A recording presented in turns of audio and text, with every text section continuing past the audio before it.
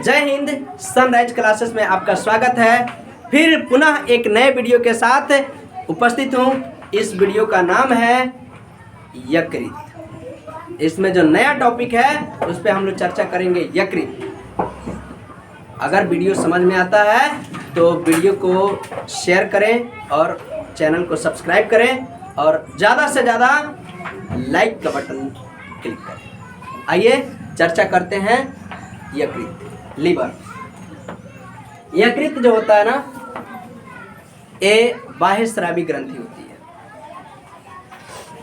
जो कि मनुष्य में 3 प्रकार की ग्रंथियां पाई जाती हैं।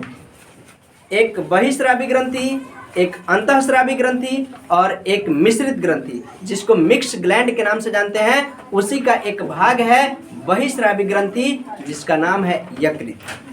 और बहिस्रावी ग्रंथि के अंतर्गत ये आता है।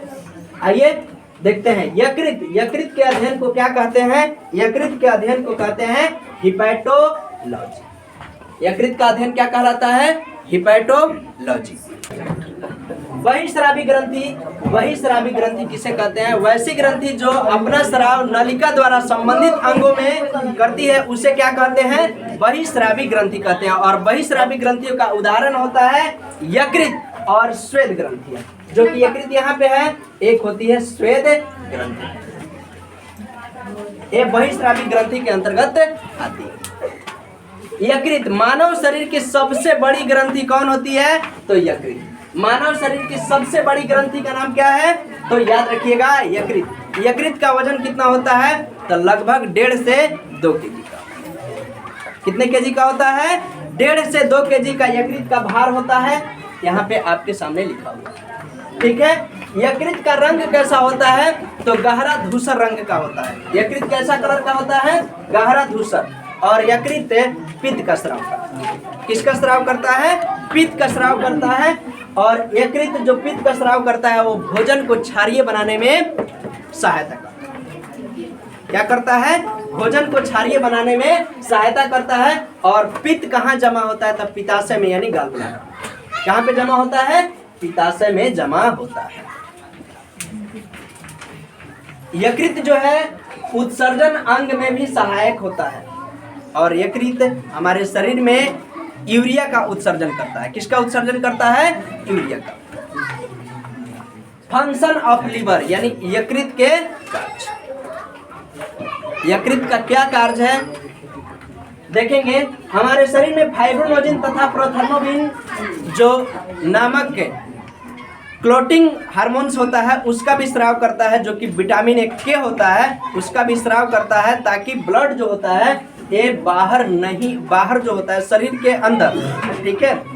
जब ब्लड कट जाता है, हाथ पैर कट जाता है, तो कटने के बाद जो बाहर ब्लड आता है तो उसको जमाने में काम करता है। ये उसका निर्माण कौन करता है? यकृत। और एक और बात, यकृत हिपैरिन नामक पदार्थ का भी क्या करता है? स्राव करता है, जो शरीर के अंदर ब्लड को नहीं जमने देता। अगर हमारे शरीर के अंदर ब्लड जम जाएगी तो समझिए क्या होगा। तो वह हिपैरिन नामक पदार्थ होता है, जो कि हमारे शरीर के अंदर ब्लड को नहीं जमने देता है, जिसका उत्सर्जन कौन करता है? जिसका निर्माण यकृत करता है। देखिए कितना अच्छा काम करता है यकृत। एक तो बाहर क्लॉटिंग के काम, जमने में भी सहायता करता है, जिससे ब्लड हमारा शरीर कट जाता है कहीं पे, जहाँ पे फिर ऑक्सीजन से अभिक्रिया करके वह ब्लड को जमाता है, तो उसमें प्रोथर्मोबिन काम करता है। और हिपैरिन जो होता है, जिसका निर्माण यकृत करता है, वो हमारे शरीर में ब्लड को जमने से रोकता है, यानी ब्लड नहीं जमने देता। मृत आरबीसी का जो नष्ट होता है वह कहाँ होता है? यकृत। जो हमारे शरीर में आरबीसी यानी रेड ब्लड सेल का जो जीवन काल होता है, कितना दिन होता है? 120 डेज, 120 दिन होता है। आरबीसी का जीवन काल कितना होता है? 120 दिन। और 120 दिन होता है, लेकिन 120 दिनों के बाद ये आरबीसी नष्ट हो जाता है। तो नष्ट करने का काम कौन करता है? यकृत। जबकि आरबीसी का निर्माण कहाँ होता है? बोन मैरो, अस्थि मज्जा में होता है। कहाँ होता है? आरबीसी का निर्माण कहाँ होता है? आरबीसी का निर्माण जो होता है वो अस्थि मज्जा में होता है। अस्थि मज्जा। जिसको बोलते हैं बोन मैरो। कहाँ होता है आरबीसी का निर्माण? दिखाई दे रहा है ना, अस्थि मज्जा बोन मैरो में होता है। और वही आरबीसी जब 120 दिनों के बाद नष्ट होता है तो वह यकृत उसको नष्ट करता है। और आरबीसी का कब्रगाह किसे कहते हैं? रेड ब्लड सेल का कब्रगाह किसे कहते हैं? तो प्लीहा या तिल्ली को बोलते हैं। किसको बोलते हैं? प्लीहा या तिल्ली। प्लीहा या तिल्ली को बोलते हैं जो आरबीसी का कब्रगाह होता है। आरबीसी का कब्रगाह,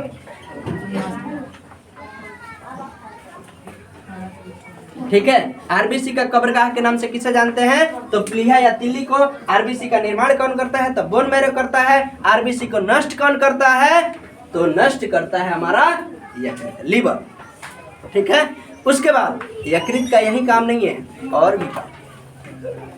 जब भ्रूणावस्था में यानी माँ के गर्भ में जब बच्चे पल रहे होते हैं तो आरबीसी का निर्माण कहाँ होता है? कमेंट बॉक्स में इसका आंसर बताइए। आरबीसी का निर्माण कहाँ होता है?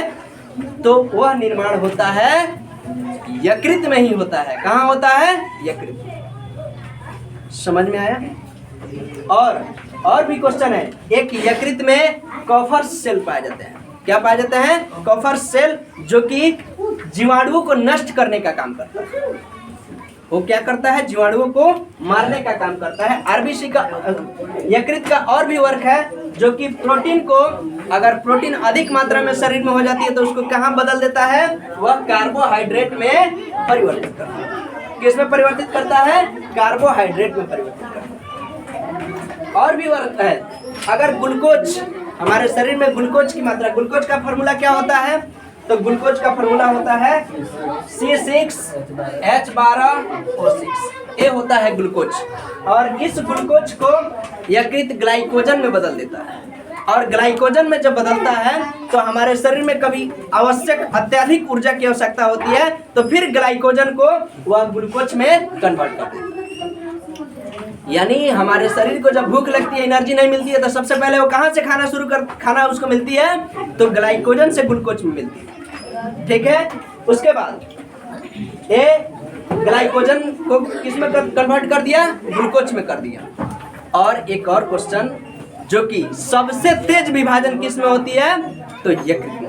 सबसे तेज विभाजन मानव शरीर के किस अंग में सबसे तेज? यानी तेज विभाजन का मतलब अगर टूट गया तो फिर तुरंत बन जाएगा, यानी और निर्माण बहुत जल्दी कर लेता है। तो सबसे तेज विभाजन कहाँ होता है? यकृत में।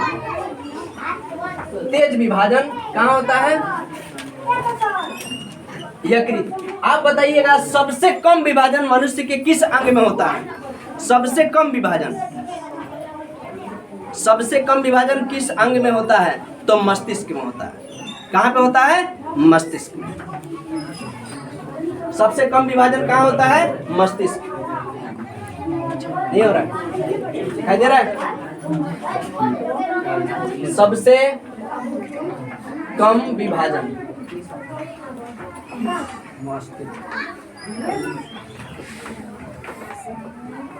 मस्तिष्क में। मानव शरीर की सबसे छोटी ग्रंथि का क्या नाम है? इसको कमेंट बॉक्स में आपको बताना है। अगले वीडियो में फिर मैं ग्रंथि से संबंधित क्वेश्चन को लेके आऊंगा।